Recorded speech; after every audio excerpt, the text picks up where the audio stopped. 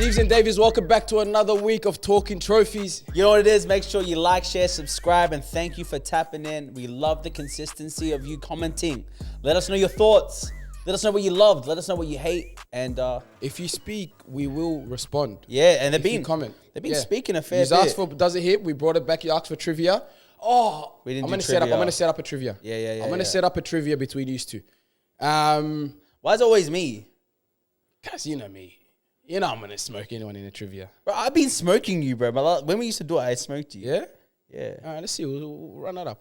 Actually, no. Next week we'll run it up. Yeah. Quickly, just before we introduce the guest, Damien, what do you got on your chest? Oh, literally on my chest. We got is it Lilydale? The poppy. Poppy? Oh, crap. Poppy. Yeah, poppy appeal? Guys. Hey, wait, we got a poppy for Remembrance Day. Shout out, Granddad. Yep. Thanks for all you did. Yep. On the Kokoda track, mate. Yep.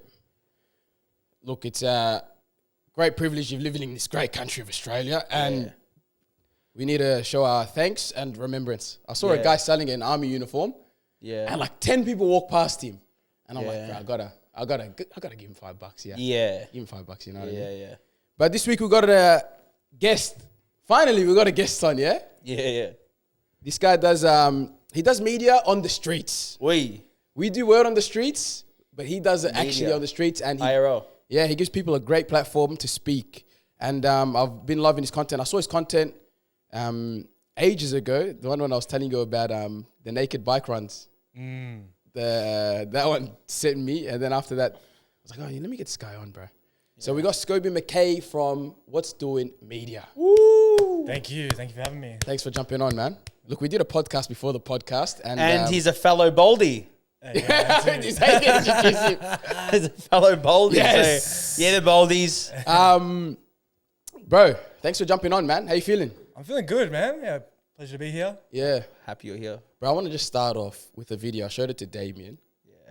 One of the most iconic videos, bro. I cried watching it. The roundabout video. They're bringing out the New World Order through our local councils. Have a look how they've strategically placed your roundabouts around your cities.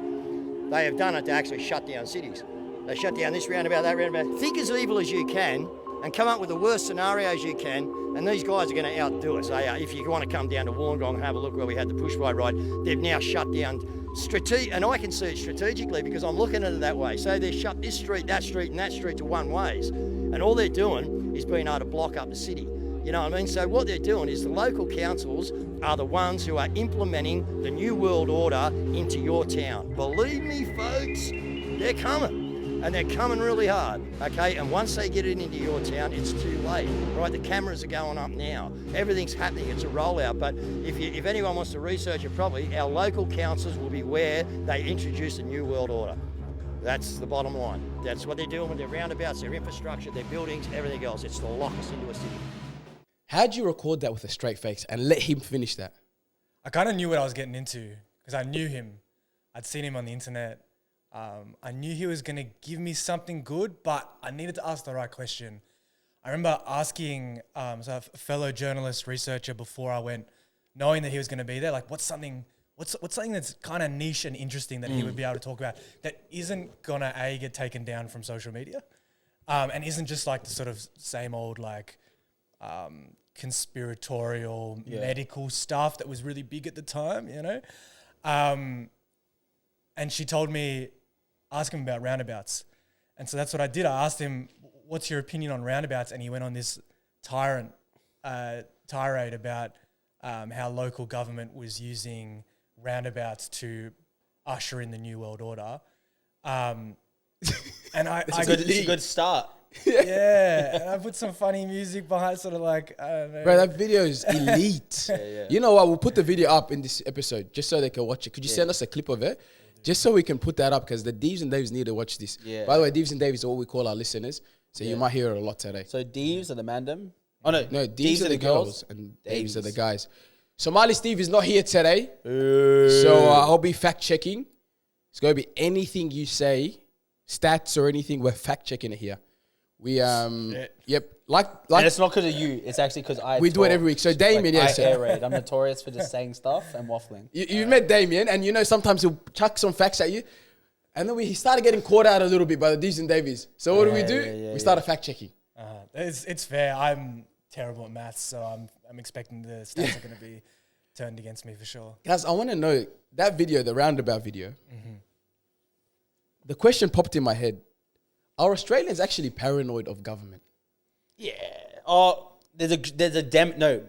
it's like a weird demographic that are super paranoid. But it's weird because in the whole world, you probably have the better governments. You know what I mean? So it's like, it's funny that Australia, but you know what? I think COVID and lockdowns cooked a lot of people in Victoria. Yep. And boosted it on a different level.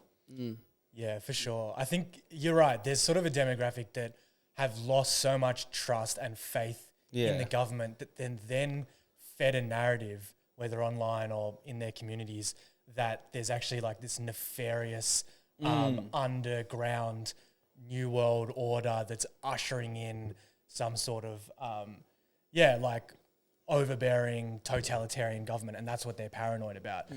The truth is that the issues with government are usually just incompetency, right?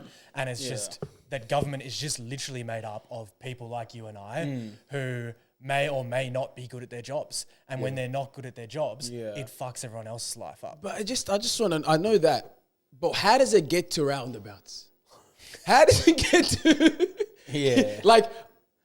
look. No, you know what it is? We're locked in for the stage 4, remember the lockdown happened and stuff. Yeah. But how does it get to the point where it's like, all right, the roundabouts in Victoria are set up in specific areas. You know what it is? I reckon you know how primary school, high school, the education system shapes how you think. I think going to the pub every night eventually after 20 odd years probably shapes your worldview quite a bit. And I reckon smashing a pint in a Palmer every night. And you're just having a convo with the guy. Having a convo with the guy across from you who's worked a 12-hour shift and he's just dead. He's just I hate life. After that, after a few years, you probably get a certain worldview. You get sucked in, yeah. But you go on the ground. In the trenches. Yeah. So you started, was that your initial intention with Whatsdoinmedia? And where'd the name come from? The name is it's such a Melbourne northern suburb. It's a northern suburb thing. Very northern suburb kind of name. It's honestly a joke that went too far. I just, it was an Instagram handle, and then now I have to write it in emails when I'm like... Oh, so you'd always use back in the day, you'd be like, what's doing? Yeah, of course. What's doing? I grew up north side Melbourne. That's what we said, you know? What's doing? And yeah, I just needed an Instagram handle at the time. I didn't think, when I started making media, I didn't know how big it was going to get or how far it was going to go. And I just as a gag. Yeah. And then... yeah, now I'm in writing invoices. I have to put it in there. This has gone too far. You're writing invoices to corporate companies it's Scobie from Whatsdoinmedia. Yeah. So what made you want to start that? Well, I've always wanted to be a journalist. It's something I've always been passionate. I considered studying at university, but I wanted to do a course with a language. So I chose to do politics instead with language on the side.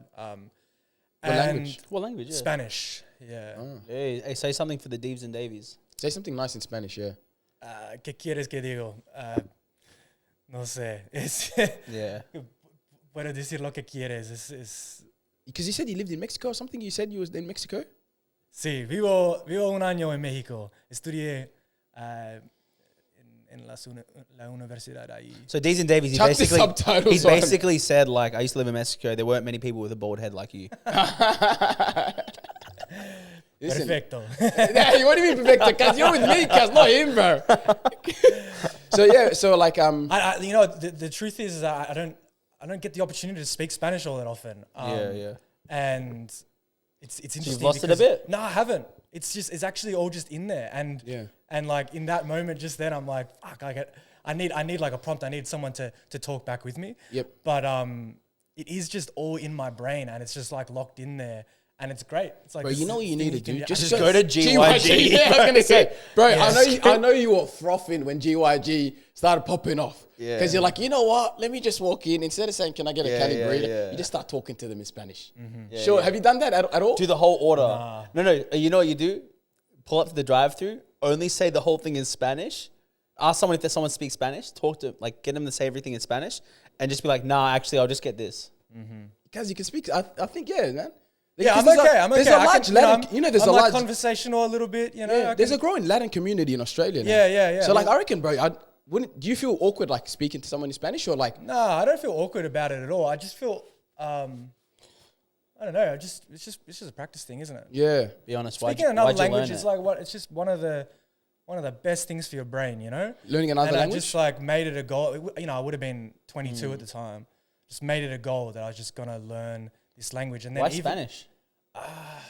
I know you saw a cute little. Yeah. Nah. Yeah, I'd been to Mexico before. Okay. And I like wanted to go back.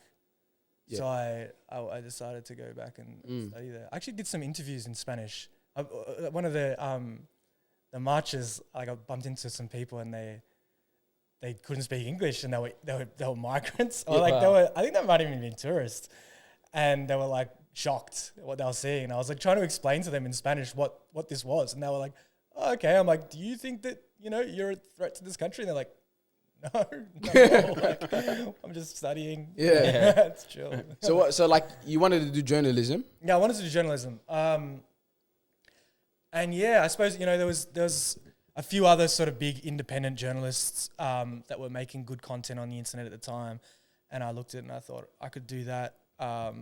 And yeah, I got out in the streets and I just gave it a crack.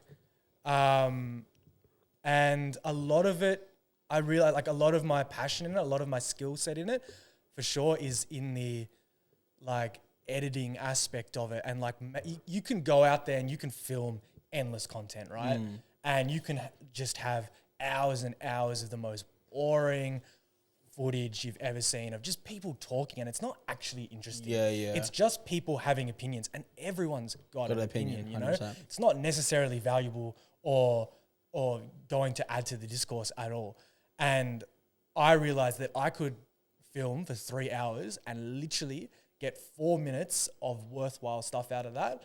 And it was all in how I curated what those opinions were to make sure that it was worthwhile for the public, worthwhile for the discourse. Like, is this actually going to add to the conversation, or is it just another person with a boring, either bigoted or, I don't know, hyper-intellectual opinion about something that, yeah. So what type of takes were you looking for then?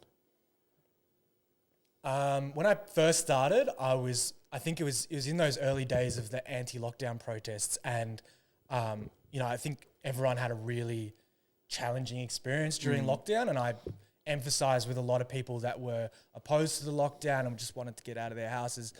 But as researchers in this space, we knew that those anti-lockdown protests weren't just sort of organically organized by people that just wanted to go back to normal. There was like these groups, these organizations that existed before COVID that were very much in the conspiracy world, but also in the sort of like far right anti-immigration world that were basically utilizing this moment to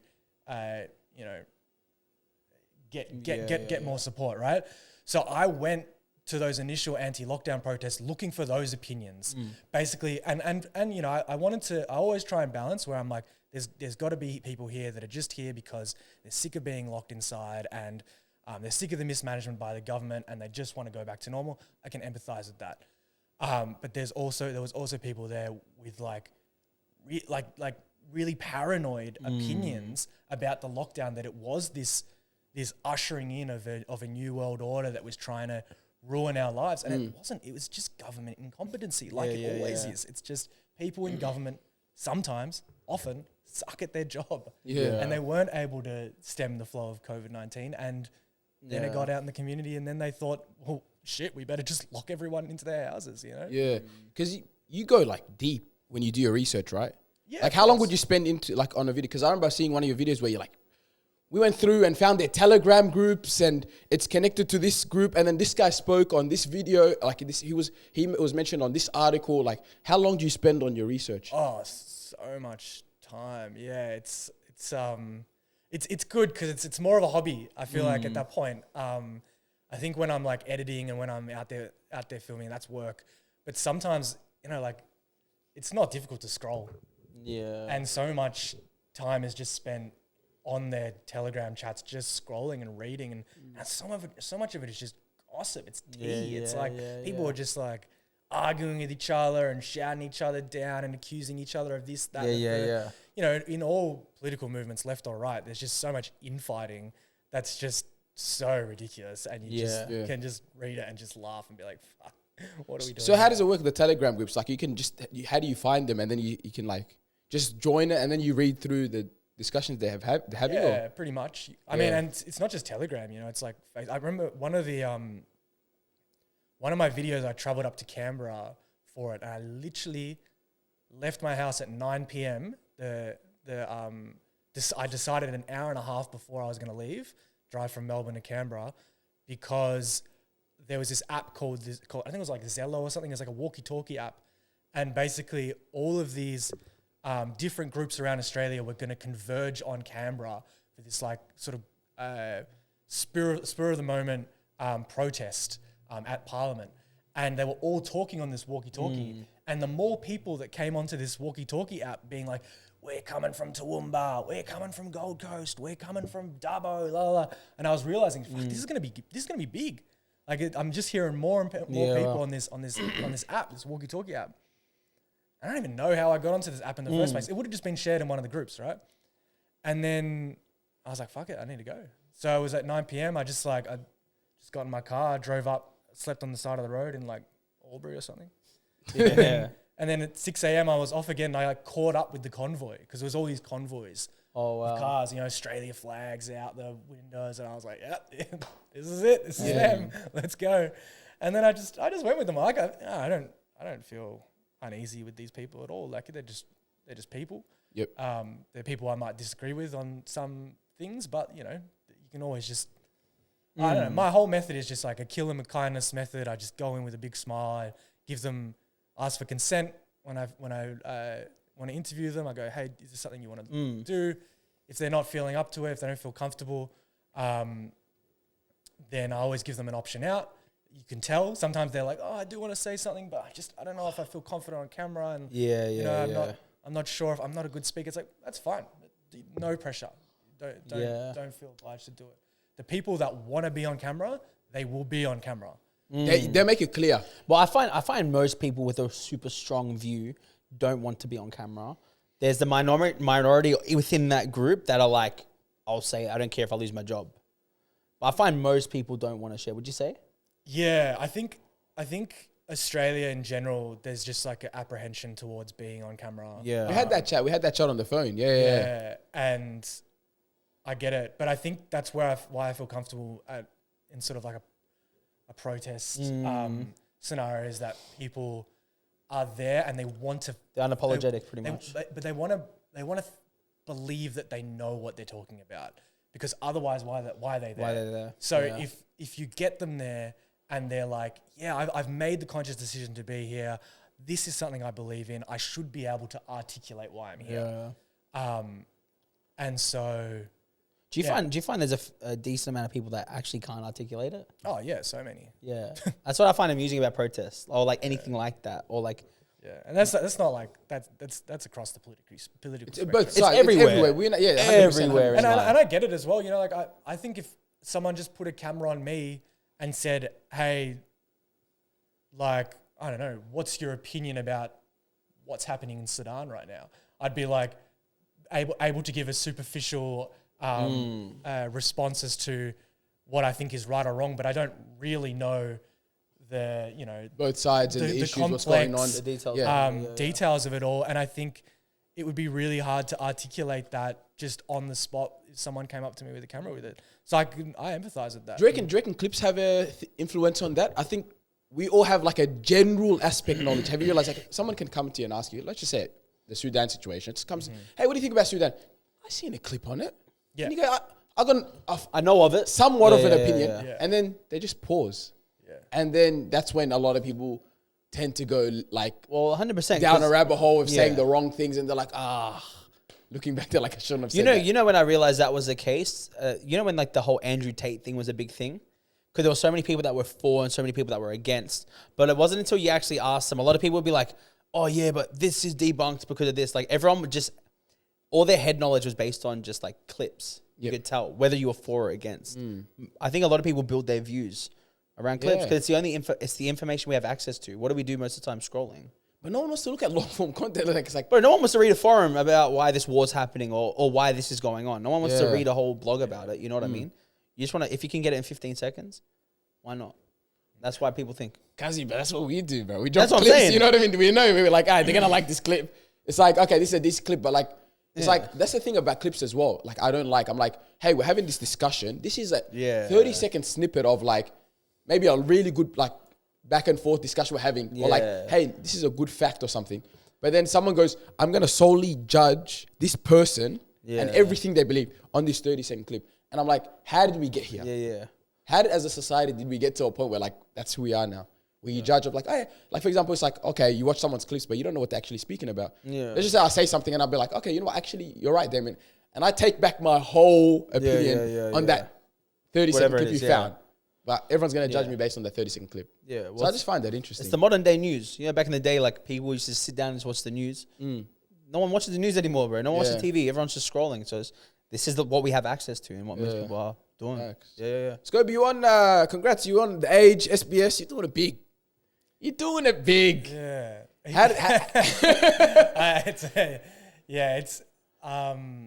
It's hard as a journalist, man. It's hard to get, especially as a freelance journalist, to like get opportunities from mainstream outlets. There's not much money in it.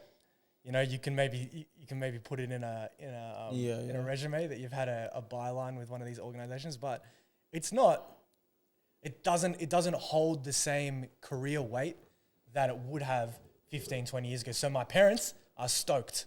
They couldn't be happier. This is the best thing ever. Yeah, I'm going to the Walkleys the end of this month, which is like big award for journalists, the biggest award for journalists in this country, which I'm stoked about. But it doesn't mean anything really for my career because unfortunately it's just so hard to get work in this field that actually pays. It often just doesn't feel like it aligns with, I don't know, my creative endeavor, which is like the content that I make on the internet. I find very like, I don't know, like stimulating to my soul. Sometimes, working for big publications can feel like you get your hands tied a little bit. But I think it's hard these days to actually celebrate certain things. I think just because how accessible everything is compared to like what you're saying, your parents' time. It's like, you know, you could post a TikTok video. The thing blows up over 100,000 views. 100,000 views is a massive deal. Back in the day, like let's even go back 2015, 100,000 views, you pretty much made it. Like people would treat you like you made it. My phone's on D&D. My phone's on D&D after that, bro. Your phone's on D&D. You're not answering phone calls. But now I feel like we're so desensitized. Like to the point, even like you respond, you're like, like parents were stoked, but like, you know, nothing really else. Yeah, that's the thing. Like my parents would be stoked about that, but like one of my most recent videos has almost 7 million views, and I just don't like. That's jarring for me. I don't know how to think or feel about that in itself. But my parents, I just don't think that they care. Because it's just like, what is that? You know? And I get it. It's just also the way that we consume media on the internet. It's like it's almost irrelevant that 7 million people watched it. It's like how many of those people just swiped past it? How many of those people actually took notice of like who I was or what the content that I make? Probably a very small amount, a percentile. It's just another video that pops up on your screen. But if you had a video that received 7 million views in 2004, everyone would know who you are. 100%. Everybody would know who you are, you know? So it's just, it's a different world. Like I remember back in the day, there was like a kid from like Thornbury High School. He'd done like a remix on Versace, a Somali kid. The video blew up, like I think maybe like a couple million on Facebook, but everyone in the northern suburbs knew this kid. Like this kid just became like area famous, you know? But these days it's just like, whatever. Yeah. Damn, bro. We need to go viral, man. Yeah. We need to. It doesn't matter. We don't have to go viral. That's the thing. We don't have to go viral. You know what? You just need a small community. Yeah. Of like people that like love you. Yeah. Like, hey, we appreciate this person's content. Yeah. It's like now, like, there's podcasts with like 7 million views, that like 7 million subscribers, you don't know them. Yeah. Or 1 million subscribers, you don't know them. But like in that community, it's like they got a Reddit page, they got the Patreon, the Instagram's popping. Like it's its own community. Like you find a lot of podcasts. Thinking about like Kill Tony. No one knew Kill Tony. Remember when I was telling him like, hey bro, this is the funniest. I didn't know anything about it. I'm like, this is the funniest live podcast. And you're like, oh, and then you watch it, you're like, bro, this show is there to Kill Tony. Yeah. Like, but like no one knew it. Yeah. But in the community, there's like a Reddit page. Bro, this guy got cancelled like 3 times. Tony Hinchcliffe got cancelled. But like he's so massive in this small community. Yeah. Like 1 out of my 10 friendship group know who he is. Yeah. But it's the biggest live podcast in the world. So it's just, the virality isn't the same. Like people That's why you should take a moment, pause, and just appreciate the Deves and Davies. Yeah, the Deves and Davies. That's why we get to appreciate the communities. Let's with appreciation to the Deves and Davies. You know what I was gonna say? I actually met the guy that came up to you and said he's a Davie. Yeah. I met him at I did a emceeing with Henrietta at the AYA thing, and I bumped into him. Yep. And he was like, "Yo, I said the same thing to Rovo." Yeah. Shout out Deves and Davies. Yeah, no, they're good. You know what? Let's do something for the Deves and Davies. We're starving. We're hungry. It's time for Does It Hit? Damien, tell us what's going on. We got the goods. This time we're having the Zinger Banh. Shout out to Vietnam. Xin Chao. I don't know how to count as I always do. I love this flex. Scobie knows how to speak Spanish, but guess what I know how to do? I know how to count to 10 in Vietnamese. Mop hai ba bok nam sao bai dam jin moi. Shout out Vietnamese people. Yeah. I love my Vietnamese. And you know what? To all the Davies, Deb Chai.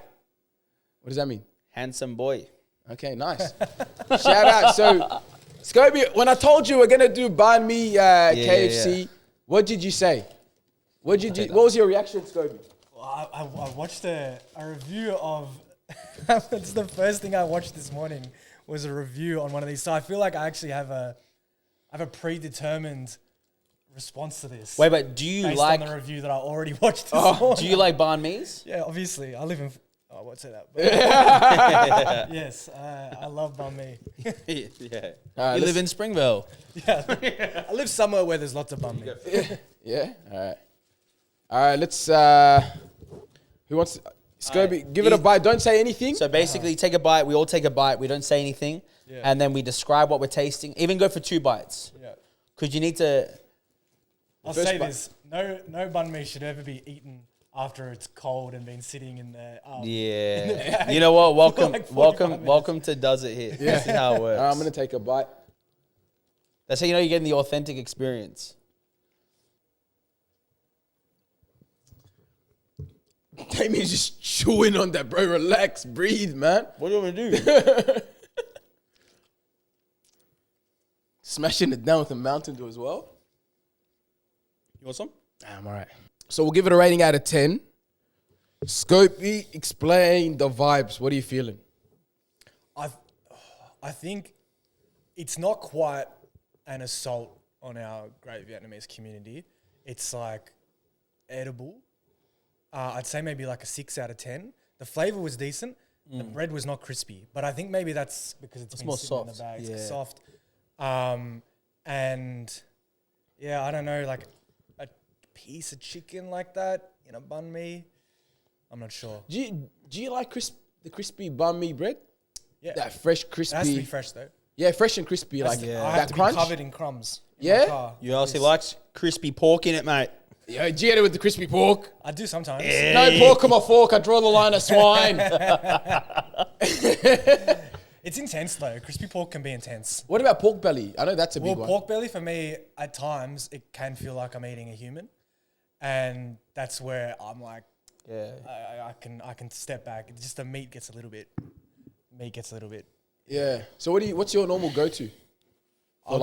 Probably barbecue pork. Barbecue pork. Yeah. Barbecue pork I can deal with. It's kind of like dry and... Yep. And I like the beef. Oh, yeah. I had a beef one in Vietnam. What did you think of banh mi in Vietnam? Hectic. Yeah. I had that 3 times a day. Yeah, really? With pho. Because they're like 80 cents, yeah? It was cheap, yeah. It was pennies on the dollar, yeah. This might be a controversial opinion. I found them a little bit underwhelming compared to Australia. I feel like there's a standard in Australia where it's like chock full of all the different bakeries are trying to one up each other, whereas in Vietnam, it felt like more of a staple sort of like cuisine that existed on the streets. And I don't know if this was your experience, but the meat and the filling never came out of the bread. So you just have like a bread roll with filling inside of it, and then would kind of close, and then. Bro, what do you want? It's 80 cents. No complaints. They're struggling now. Pay an extra $1, bro, and ask for me. I think Australia, like, No, I think we have great banh mi. Like, We have a solid Vietnamese community here. Yeah. Oh, like established, top tier. like really For Vietnamese really coffee. cultured, really cultured. Have you guys had an egg coffee? Yeah, Yeah. I love egg coffee. I reckon they named it poorly. I think it should be like a custard, Man. a custard coffee, maybe. Because so many people get put off it. Yeah, because I'm like, is there going to be an egg? It's not. It's like a nice custardy foam on it's top of it. so nice. Delicious. I had it in Vietnam with the egg coffee. There's like an apartment in Ho Chi Minh, Saigon. There's an apartment where it's all cafes. Yeah. Did you go to that? I've seen it. Yeah. Yeah, that's where I went to. It's hectic, but I loved it, man. I was like, it's hectic. Yeah. Yeah. Overall, I think this, banh mi, I'll give it a 6 out of 10. Yeah. Dry, I feel like boring. I feel like it was fresh, maybe a 7. Fresh. If I was in a country town and I needed something a bit cultural, I'd probably. They probably think it's 8 out in like Ballarat. Yeah, in Ballarat, they go, mate, what's these flavors here? What do you give it? What did you say? You said Yeah, a 6? I say 6. 6, but if it was fresh, I'd say 7. Bro, you can't go wrong. You know what? Supercharged sauce, bro. You can't go wrong. I'm liking what KFC is doing, but like they did Bro, the they're kebab, expanding. KFC, the kebab zinger, now they're doing the banh mi zinger. But you know what? I like the idea. I find this summarizes what Melbourne's all about. Because we have so much good food. Like, Absolutely. you have to do so many different things. Like, bro, it's elite. Next one, I saw it on Jacob's thing. You see the... Injera? Zinger Dorawat. Zinger Darawat, yeah, that'd be hectic. All right, let's get back into the show. You got big off lockdown. That's when you started the journalism movement. How was that experience, man? Just going out, bro, there was that intense video even you got with remember that guy that was just like, when they were doing that run through across the police, the guy just like, bro, the guy thought it was in WWE. Clotheslines, and it was intense. That was a crazy day. That was a crazy Were day. you there? Yeah, I was there. I went with my camera guy. We got separated very, very early on. Yep. I just did a live stream actually on that day. It was hectic. It was like we arrived and the police were just coming in hot. They were coming in hot. And you know, like, yeah, it was interesting for me because, you know, obviously, like I said, I didn't necessarily agree with the people that were marching there, but I could empathize with why a lot of them were there, and I could definitely empathize with the fact that the police were just so heavy-handed, and it was just like, they really came. It was like they tested out all of the things that they are now normalized in their response to protests. Things like shooting with rubber bullets and stun grenades and tear gassing and all that sort of stuff. They tested all that out on the lockdown protesters because they knew that the lockdown protests had such little public support that they could just throw whatever they wanted at these people. And it was really sad. There was, I was there when people were running away. They were getting shot in the back while they ran away from police. You know, like it was really indiscriminate, and I think it was just kind of like a testing ground for them and their new like weapons that they like to use, their crowd control weapons. Do you think that damaged the relationship Victorians have with the police now? Oh, I mean, no doubt. I think a lot of people were really jaded by the police in lockdown. Just the way that they enforced the lockdown, it was in a lot of ways quite discriminatory as well. Like it focused on, even if you look in New South Wales, the difference in which policed the lockdown in Western Sydney compared to the East tells you a lot about how the police view these communities, multicultural communities out there, working class communities out there. They weren't allowed to do the things that people in the eastern suburbs were. You could go to the beach. Would you say that's because of like, how I say, just the simple fact that like there's higher crime in these areas, therefore like police have a lesser tolerance? Because let's say like people are less compliant in those areas. I don't know. I'm just trying to think on the other side of it. Yeah. I hear that.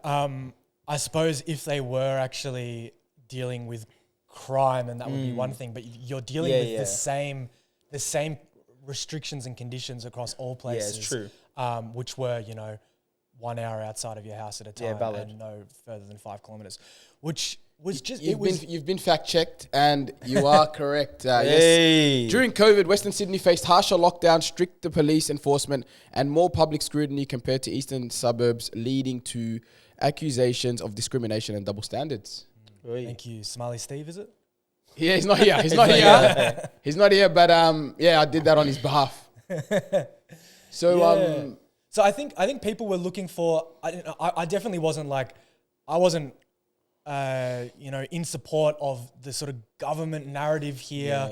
And I think people liked having that middle ground where it's like we could maybe agree that like a lockdown was an important thing in order to protect vulnerable people in the community, protect our elderly people in the community, but at the same time be critical around the way that it was being enforced and the inequity in which it was being enforced and the way that Victoria Police were clearly using it as a means to like test out certain weapons and certain techniques. That was a crazy time, bro. It was a crazy time. It's actually a blur for me. It's a blur for a lot of people. Yeah. Like those years? Yeah, man. Like I actually mentally merged 2020 and 2021. Yeah. I think there were just one whole year, like just one big block of like a year. Yeah.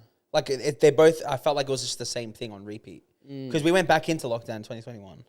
Bro, We experienced it back to back. those COD sessions. Oh, epic. Bro. But you know what? I'm grateful for that. I don't know. At the same time, I think like, video bro, gaming was peaking then. Yeah, but like you look back, you're like, damn, I was at a good age then. Yeah. Like I could have experienced like if COVID didn't happen, like Yeah. bro, imagine a lot of kids, man. We were early 20s, Yeah. 20s maybe. But yeah, pretty much like young. Graduated Imagine, 96. but imagine young kids, like you know what I mean, just like finishing high school, even university. Like I looked at like for example my younger siblings. I'm like, you guys did not enjoy uni. Yeah. You did not enjoy uni during COVID, for sure. Yeah. Like for me, uni was like one of the best times of my life. Yeah. But like for them, it's like I'm doing it online. They're sleeping in. They're not enjoying it. yeah. So like yeah, COVID was a wild time, man. That was And it was a bad time if work was your escape away from your family. Because you had to deal with, bro. You had to deal with your fams. Like Did you guys live with your family at the time? yeah. Yeah. Was that challenging? Nah, it was all right. I'm not too fast, to be honest. Yeah, like I'm in the suburbs, so it's just like, bro, you need space. Go in the backyard. You'll be all right. I felt blessed to live with good people in that time. We could just like, I don't know, have fun together. Yep. It was really strange. Did you have housemates? Yeah, I had housemates. And and then it was, I don't know, we made the most of it. Turned the lounge room into a club on a Friday night. Yeah. Just the three of us, whatever. We just do what we can. That was like my mate. His garage would be just the spot. We would all just go to this guy's garage, like 20 of us, just chilling. that was a breach of the law. Massive Then, breach, bro. No, it come on, wasn't. bro. Like, you're the reason was back when COVID's I was around, going out. man. That was back before. It's I was going out. You know what I love? Every time someone gets caught lacking, they're like, it was during the break. 2020, I was going out. I Yeah. wasn't rocking it like that. Yeah. There just fully was though, eh? There was just people out there that just Bro, the like, you lockdowns didn't exist for them. You can't blame them, bro. Like, I- you just like, what are you going to do? In I your remember 20s? Like, just stay home. Like, you're going to be miserable. You have to do something. Like, everyone had to have, like, I think all the young kids But had. one of the funniest things was my boy, it was his birthday, so we go to Mount Cooper in Bundoora. Do you know Mount Cooper? So in Bundoora, there's this lookout. Oh, we I've been filmed there, with Melody. There's this lookout, so we go there for his birthday. Anyway, the cops pull up, and they end up arresting my mate because he had a warrant. Okay. It was so random. Yeah. Like, we're just trying to celebrate this guy's birthday. Damn, listen, oh, imagine that, bro. Yeah. Let's talk about one of your most viral videos recently, August 31st. We went to the protest ourselves. We went a bit late, In but support. but you see, you were in the deep end, yeah? We wouldn't be able to record in the deep end comfortably like that. I don't think so. We got near the deep end, and Things started popping off. bro, What happened to you guys? What was your experience? This guy was tripping. You were tripping hard. No, guys. Somali Steve was tripping hard. But like, There was tiers to it. It was Somali Steve, then me, and then Raver. so we went like, We're Thomas on the Sewell, and outskirts of it. Chill. It was calm. We got deeper when we started. We thought, the protest is over. But then we saw a group more further down. Well, let's go suss these guys out. But we go down there. But as we're getting near this group, we realize there was just a bit more hostility. Like there was just a bit more. And then we saw the guy, Thomas Sewell. So Like we were like what? Maybe like 15 meters away. I was trying to get an interview with him, but just as like I was thinking, hey boy, should we do it or something? And then some guy I think came and screamed Started at them. screaming stuff at No, him. geez, and then they're like, "Call me," and then they just started going at it. So obviously they were heated. And if this guy sees me, he's probably gonna try. And the way this guy was moving, he was orchestrated. Like he was grabbing boys, like, "Hey, you go there, you go Very here." militant. So for me, I'm going like, "Oh, these guys are on smoke." So for me, like this guy's recording, and as he's recording, like for me, I'm so observant. I'm put eyes everywhere, and Yeah, so, so like, I'm talking on the mic. and I'm looking around everywhere around him. I'm not even looking at him. Yeah, and I'm like, bro, I'm trying to record what's going on, And I look back and it's like, But for me, that's like it's just like that's just a. But I feel like that's from surviving survival. mechanism, It's just I've been in some situations. I'm like, bro, I just think like that now. It's just changed. how'd you feel when you were there? Because there was also like some African boys you saw there. They were streaming actually. Yeah. They were young streamers. You came and questioned, and you could clearly see they felt a type of way. Like they were like they were a bit It was on confusing as edge. to which type of way they felt. I feel like they initially went. I think they initially went kind of as a support, but also as a bit of a piss take, like live stream. No, it was a piss take. They hyped it up the day before. They're like, hey, we're going to go to this march. It was a stream. Like, they're streamers and they're kids. It's like, for example, like I show speed and stuff. That's what their motive was. Yeah. But I think they got there, and I could even see it in your video. They're like, oh, damn, this is for real. Because I watched their stream a bit, and they're like, yo. And you know how these kids talk, like, mum's life, GG. They're like, yo, mum's life, this is crazy. Someone's going to take us out. Like they were paranoid in the video, in the stream. Yeah. So, like, how'd you feel when you were there, but? I'm pretty used to it, but it was it was pretty hairy. Like it was a pretty intense situation. I felt my method is always like I'll just go up and I'll have like really normal, chill conversations with people, often off camera, and I'll just try and like make as many friends in the crowd as possible, because so many lovely people that you can make, be friends with, even if you disagree with them. That's part of living in this country. And so I always feel like if something does go down, hopefully I'll have people in the crowd that are like, I can vouch for this guy. This guy's okay. He's chill. I had a good conversation with him earlier. Let him be. But I did have a situation at that protest where my cameraman was attacked and he almost had his camera smashed out of his hand. Damn. But we were getting up in, like, this guy was like throwing bottles at the counter protesters, and we were just like filming him do it. Oh, so he was flipped it. just He like flipped it, immediately of course. came up to us and was like, "What the hell?" Like, So I think that's probably more because it's incriminating evidence for him. That's why he's like, and he was on one. Like, I don't know. There was a lot of people there. There was a lot of drinking. People were just like, people were revved up. Obviously, you have the counter protesters there. They're just like obviously there for a blue. Like everyone was there. There's like obviously a huge subsection of both sides that just want to punch on.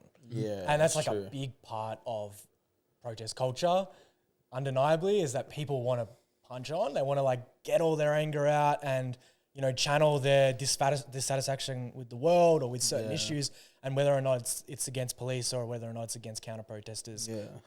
That's why they're there. Or it's an aspect of why they're there. It's like it's an outlet. And so it was like pretty intense, hostile vibes. The incident obviously that occurred in that video, I came, like we were walking through the crowd right in the thick of it. Are you talking about the one with the father and With the father, yeah. So there was a father and he had his two daughters who were visibly upset, crying, and he was being paid out by a group of Nazis. These are like these specific neo-Nazi organisation that were having a go at this father for having an Aboriginal flag with his Australian flag. And they were calling the Aboriginal flag a communist flag and all this. And the dad was obviously quite upset. He was like, he said on the video, look, I really support Australia, but I believe that we should stand in solidarity with, the first people that were here. That's what I believe. And he was copping a lot of flack from the Nazis. And we watched this all take place and we filmed the whole thing. And I knew in the moment that this was a really intense scene. This was like, even just having your children there was like really heavy. And, as a child, seeing your father in such a hostile situation. And, a lot of people had a lot of criticisms for that man in the comments. I felt like what he did, to be honest, was quite brave.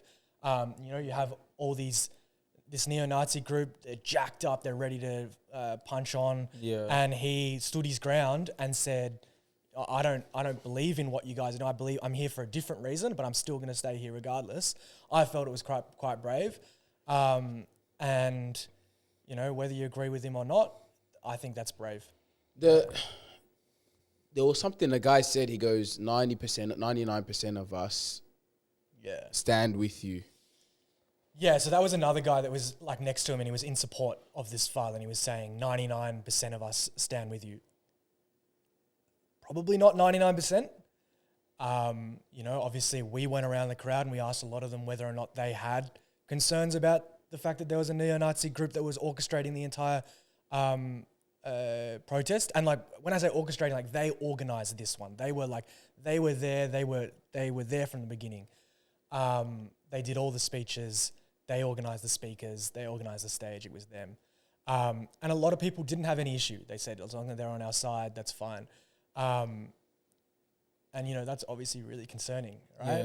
Yeah.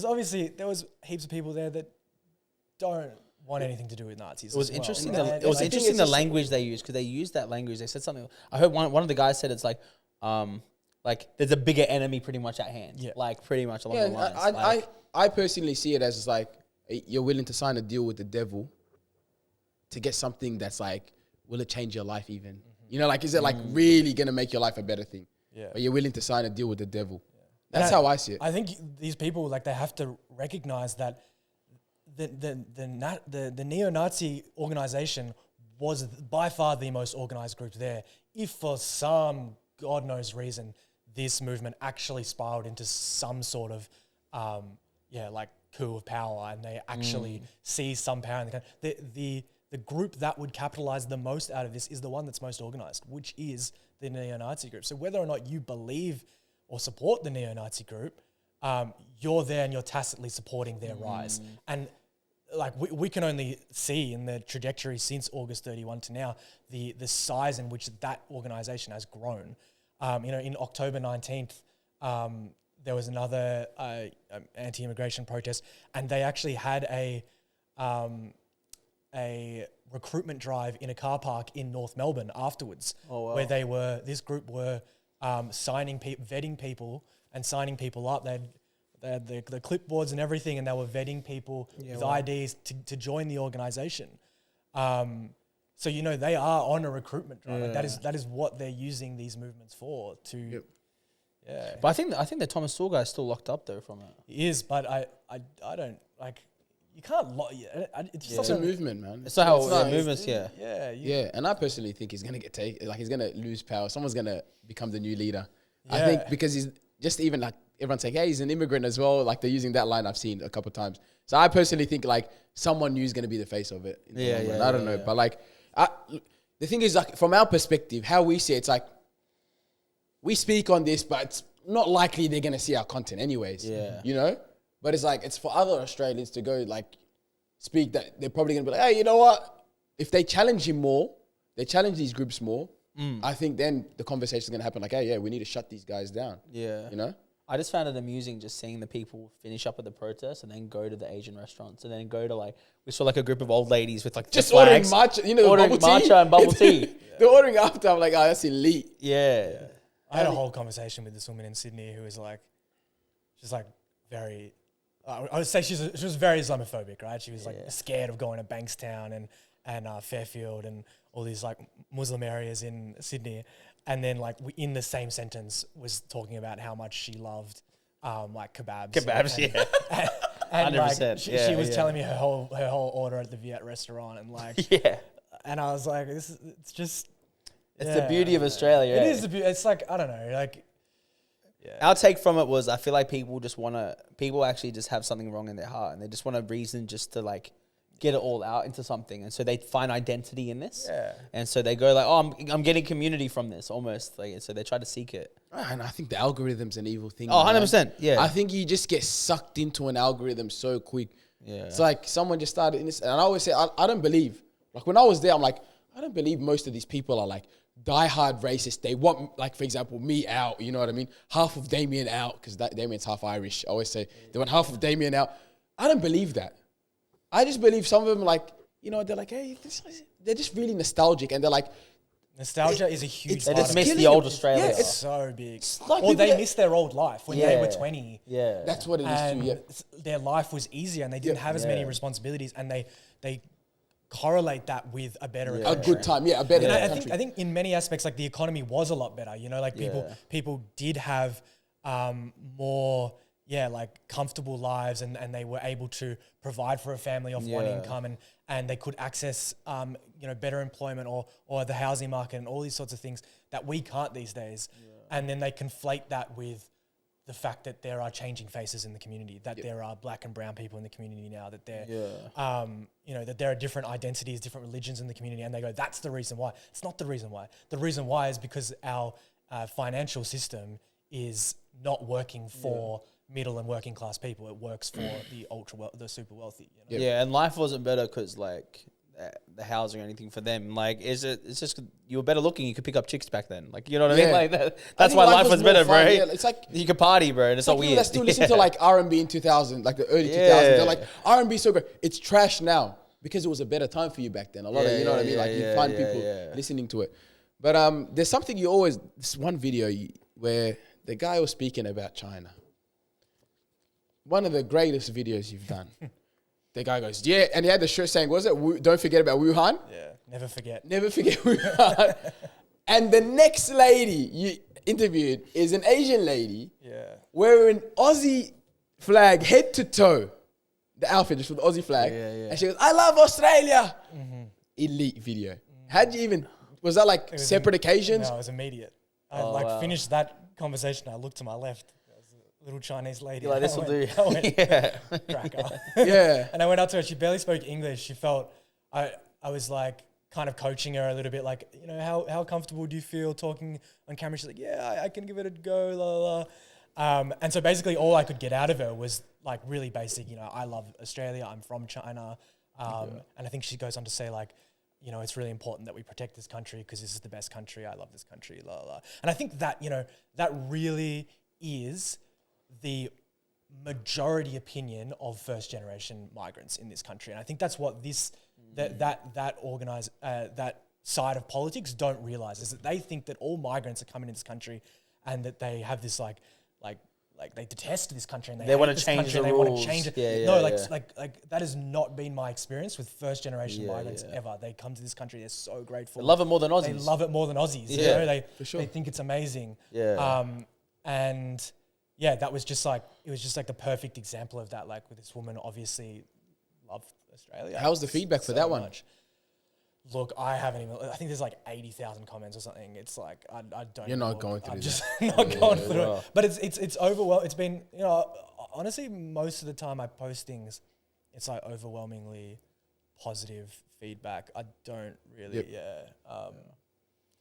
Yeah, I just find it interesting with like as you were saying, the first generation migrants like that come here. Like, bro, like my parents, they love Australia. Dad's a community leader.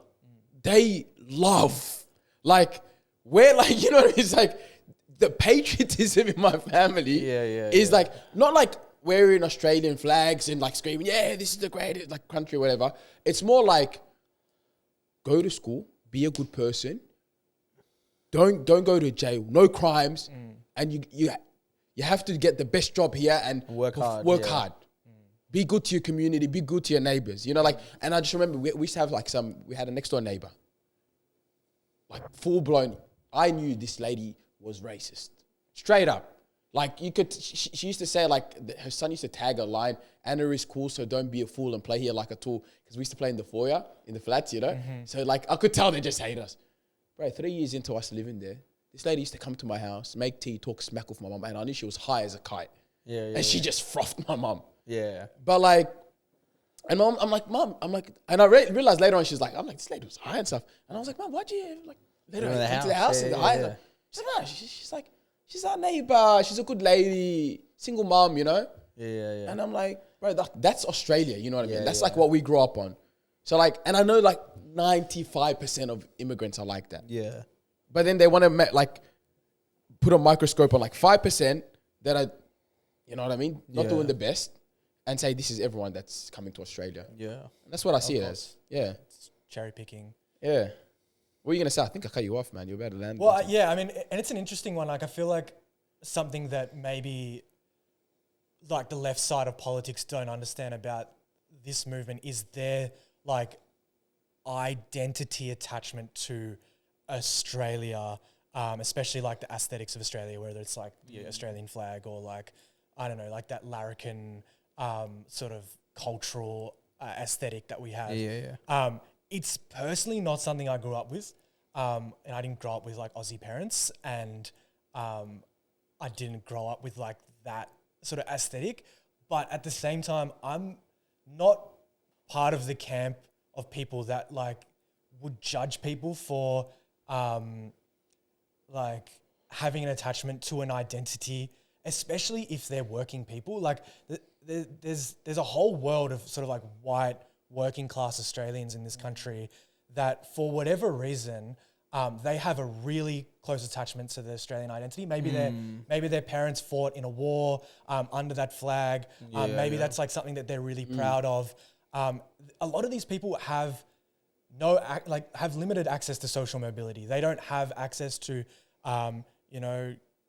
wealth or privilege, and having that identity is really important to them. The same reason why having that identity for migrant communities is really important to them. I talked earlier about how, I work in a building where there's lots of different migrant groups and they're all really proud of their existing culture, right? Obviously, they've come from Somalia, they've come from Eritrea, Ethiopia, whatever. They're really proud of that culture. They might love being in Australia, but they're really proud of that identity. And in the same hand, I can totally understand why there's white people in that building that are really proud to be attached to the identity of Australia. Because it's maybe one of the only things in their life that they can feel great pride about. It's like, we have a beautiful country. We're really privileged to live in this country. And I'm not here to judge them for that. Like, I get it. It's just not, it's not personally my identity. It's not personally my like thing, but I understand it. So a lot of the people that go to those protests, it's just that they have this really strong attachment to this Australian identity, and they're being fed through the algorithm that identity is under threat, that it's being destroyed, that it's being watered down. And like, let's be so real. The only watering down of that Australian culture and aesthetic is coming from America. It's because young people these days aren't using Australian slang, they're saying American slang. They're using UK. Or they're listening to American music, or all of the film and TV these days, all the funding is outside of the country. It's people watching American kids TVs, and they're watching American streamers, American TikTok.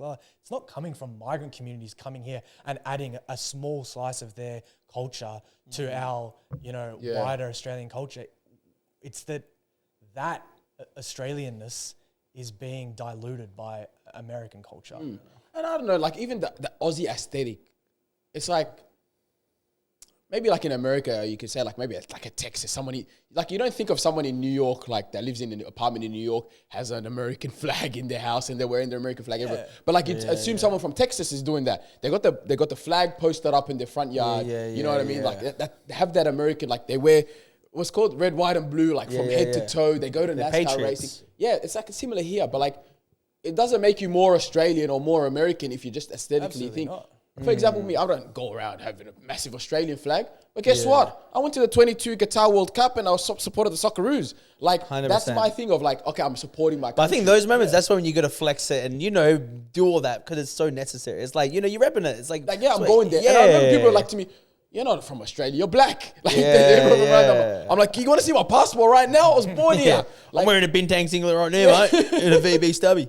But pretty much, it's like, I don't think there's like you don't have to like have the Australian flags on your thongs, you know what I mean? Like just walking around with your thongs, what's going on, mate? Like, it's not like that, I don't think like having the Australian flag all over is an aesthetic of how Australian you are. And I think that's a big misconception. I think a lot of the people that go to like these protests have that like idea, in a way, like, it's like, they don't wear the flag around. It's like, bro, it's relax. fit in or fuck off. And it's like they have a tunnel vision about what being Australian is, and it's only fits within their aesthetic. And And that's obviously not the experience of like most people in the big cities. Yep. Like we're all Australian. We all have, you know, a different interpretation of what that means. Yeah, right? for sure. Yeah. You do a bit of youth work. I want to talk about that. Do you think, like we always talk about young people, and I'm like, there's like a massive shift in young people. Like there's a big jump. Like we don't understand young people in a way. Like we say that. And I feel like it's you know, the similarity is like, do you remember when rock and roll came around or like early rap? And they're like, what's this hippity hop? Like, I feel like this is happening with us to like young kids now. What's going on? You work with young people. Damien, also you do work with young people. I do. What's the difference in like, why is there such a massive shift? I don't know. For me, there isn't. Like, like when I work with my young people, everything that they tell me and talk to me about, I relate to. And I'm like, that was my experience. It's just packaged in a different way. You know, like they're all on Roblox and Fortnite and TikTok and Instagram and all those things. But like, and I, you know, it's easy to be like, oh, we didn't have that. We did. Yeah. We had early YouTube. And we had Vine. You know, we had I MySpace, Minecraft and COD and you know we were doing all this. It's just new packaging and like, I think I often take the comparison. You know, like the younger generation now are dealing with, you know, obviously Andrew Tate and the whole like you know, crisis around masculinity and what it means to be a man and all that. I feel like we actually had a similar thing. I don't know if you guys remember Dan Bilzerian. The gun guy, guns, girls. And it was, I felt like that was huge at the time. And he was just like, his whole aesthetic was just like him on a yacht with cocaine and strippers. And it was all about being a tough man, la, la, la. And it was all a facade, you know, it's all just pandering to like what, unfortunately, young men think that they have to be like in order to have value in society or in their community. But it didn't come as a shock like Andrew Tate. Not at all. It's just it's repackaging of something that's existed forever. You know, it's just like there's always going to be men out there that can grift and profit off male insecurity. And male insecurity, especially for young men from the age of 14 to 22, is so rife because whether right or wrong, like young men are not the most pleasant to be around at times, you know, and especially for other young women, they can be really obnoxious. They can be really, like. Well, 100%. Like even me, I look back on when I was in high school, and I'm like, yo, I was. We all were at some point saying something reckless around the wrong people at the wrong time, where we go, if we looked back and we said that in front of like someone or even just a girl today, bro, we would look like the worst people. Like, yeah. And so I think, and obviously we don't, you know, there's also like a problem with a lack of male role models in society. I know even in the youth work sector, you know, we're really struggling to find male youth workers.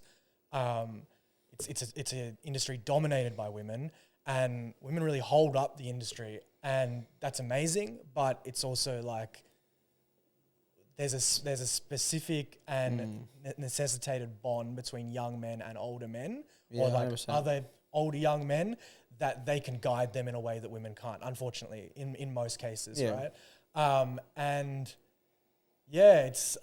think a lot of the issues that young people are facing today are just similar, but repackaged and probably more heightened and more like, like elevated because of their access to like these really intense clips on the internet. Do you guys think young people are heard in Australia? I heard. Yeah. Like, or they're just like, these kids are all crazy. Like, I don't think young girls have as much of an issue as young men. Like in this society now, young men are struggling. And that's why all these channels, like, bro, these YouTube channels are popping off, like directions for young men. 100%. What's going on with young men. It was never like this to like this extent. And I'm not even talking about like Andrew Tate and all these like Sneaker just in and all general, these influencers. General, like, there's like grown as men psychologists like trying to break down what's the issue with young men right now. And it's like a generation of like unheard men that are growing into society, and like, these this started from a teenager, and it's growing into like many in their like 20s and 30s, struggling to even find partners and stuff because of obviously what happened when they were young. Obviously, like they didn't have that development or that older brother to look up to or someone to give them a guidance. Yeah. Do you think that's happening now as well? Like, and are they being heard? I would say, like, you know what I've taken note of? A lot of young men from, like, probably around, like, I reckon from 16, majority of men that have a certain type of worldview from, like, 16 is almost like they outlive that for, like almost the rest of their life. Like, they grow into that. They like, it's very rare you see a guy really change a lot in, like, from that age. So I think it's, like, I think a lot of the stuff for young men needs to be done actually in primary school age. And what happens is that I feel like our government in general, we try to catch them at like 16, 17, but it's already too late. Like these kids have already formed how they think, how they feel, have their emotional responses. They already learnt to shut down all these things. And so I think our approach is a bit off. And so I completely agree. So what, you guys reckon they should start younger? I work 100%. with 12, 13, 14-year-olds that have such well-formed worldviews. Yeah. And are not nearly as malleable as you would think. Like they have very strong opinions about a lot of things. And like, you know, a lot of the opinions are really great and really like based in research and fact and all that sort of thing. And it's fantastic. But they're definitely not just malleable brains that you can just, you know, show them a video and they're going to change their mind. Like you need to work hard in educating young men about, I mean, even just gendered issues in general. Like I think a lot of men, their biggest issue is that the way that they perceive women is purely for, you know, whether or not it's relationships or sex. And you're never going to achieve anything with that. And the thing that I say to young men constantly is that if you want to have good relationships in your life, the most important thing that you need in your life is platonic female friendships. Yeah. You need to know how women understand the world and how they perceive the world in order to be a better husband, boyfriend, partner. And it needs to be platonic. You need to have those friendships with, have those platonic friendships with women in order to have good sexual romantic relationships with other women later on. If your only relationships with women in life are sexual or romantic, I think you're really going to struggle. Especially as a young man, especially, you know, when you're 16, 17, 18. Because the sad reality is that between the ages of 18 and 22, for young men, you are probably the least desirable demographic in the world. Women that age are not looking often to date men between 18 to 22, you know, 19, 20, 21-year-old women. You know, I don't know what your experience was, but a lot of them are looking to date a little bit older, 25, 26, 27. They're more mature, you know, they have more emotional maturity. So that demographic between 18 and 22, it's totally normal. If you're a young man, you're 18 to 22, it's totally normal if you're not getting the attention that you expect from women. Because the reality is that period of your life is going to end. You are going to grow up. You're going to mature. You are going to become more desirable. But don't get trapped in this like incel mentality at that age where it's like, oh, nobody wants to talk to me. Nobody wants to fuck me. It's because women are wrong. It's because women have it twisted. It's like, no, you're just really undesirable at the moment. You're not smart. You're not attractive yet. You haven't grown into being a man.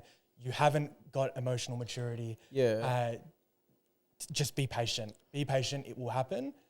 It's not the women's fault. It's just you need to hit the gym. Just hit the gym, boys. Smash out uni or whatever course you're doing in that age. Stack and travel. You know what the problem is? I think a lot of guys. I think we're as men, we're great with our words. Like I remember me as a young guy. My brain and my words would be very wise and smarter for my age, but my emotions were so out of whack. So I was like, I would talk like a man and I would try to think like a man, but my emotions and how I'd respond and everything or how I'd react was like very like a little boy. And so it's just like, especially like a lot of young guys I see, their words, like you can meet a 12-year-old and this kid you think he's about to become the next Bill Gates or something, you know, but the way they emotionally respond, you'd think they're a 5-year-old. And I think that's the issue with young guys. think about it. Like for a lot of kids that are 12 years old, outside of their mum, the only connection they're having with girls, or if they have a sister, is what? Women in pornography, or just the girls they're following online or something like that. So like their mind's being polluted with the wrong stuff. And so I think like a lot of guys, they actually just don't know how to emotionally actually just like digest information and actually regulate it and go like, okay, this is what I'm feeling right now. And unfortunately, as guys, we mature later on. So I don't think I truly emotionally matured until I was like 23 minimum. I'm the opposite, you know that. I was always like in that I can barely articulate myself. Yeah. 18 to like 22. But my emotions were always in check.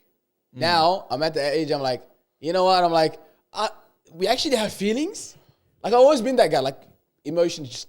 But that's, no, you fit the category because all those years you were emotionally suppressing your feelings. Yeah, exactly. Yeah. Like, So now I'm like, okay, I you're- actually have these feelings. I'm like, let me... So you process now these doing thoughts. that is very normal because that's what, like Okay, biologically, it's what we do as guys. Like later on, And that's why, now that Girls we're want in our guys late that are 25. 20s, we're in that more desirable demographic, if you want to put it that way, because Yes! that's why you get that it's- attention you've been getting. and it's not necessarily because of our age. It's because we can emotionally regulate. Yeah. It's because we're emotionally mature. It's because we're probably more attractive because, we're grown into men. bold being, yeah. Exactly. We're grown into men. And this will happen to the mass majority of men out there. If you are struggling in that age demographic, 18 to 22, it is totally fine.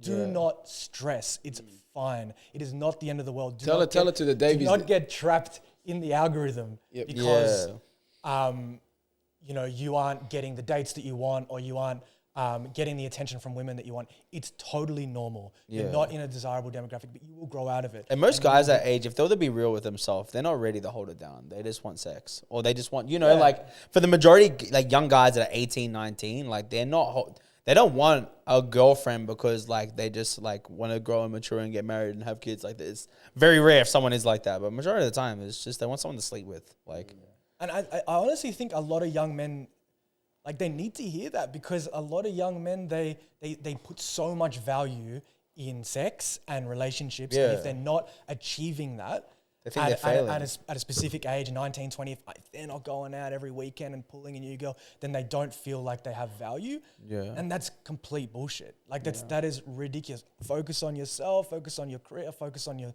studies, focus on all the things that will make you a better person. If your strong point is personality, then focus on expanding your personality, getting a better character, having experience, going traveling, having a better experience, to draw on. And that will make you a better person, and the desirability will come later. But don't blame women for not finding you desirable. Don't blame feminism for not making you desirable. Like you have the ability. Just be patient and make yourself into a better person. Yeah. Yeah, that was deep, man. What's next for you, bro? We'll wrap it up Everything there. had a Now we have. when we started talking about that. That's deep. Yeah, no. I was gonna say no. That was because perfect way to end. Pretty much the thing. But I want to say, what's next? What's next for What's Doing Media, and what's next for Scobie? Yeah, it's a good question. I've been working on a few different documentaries, more long form, and just trying to get them up. It can be quite challenging. A lot of the stuff I want to do is like a lot of subculture based stuff, and it's with cultures that are like a little bit more underground, and they don't necessarily want to be either documented, or it's going to blow them up. It's going to make spots hard or whatever. So it's really, a lot of my work is just building trust. Yep. And letting people feel confident that their culture and their scene is going to be represented accurately. And I think that's a massive responsibility of media. But at the same time, it's important to, if these communities are, there's things that they need to be held accountable for as well, making sure that those questions are put to them as well. Yeah. Hey, I reckon Vice, hire this guy.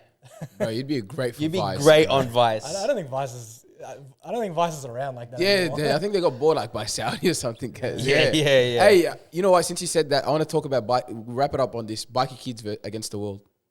Yeah, Bro, that clip looked hectic.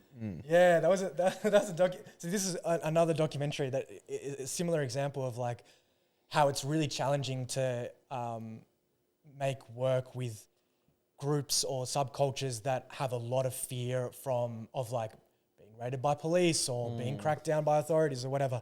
So By Kids Against the World was a documentary I worked on a few years ago.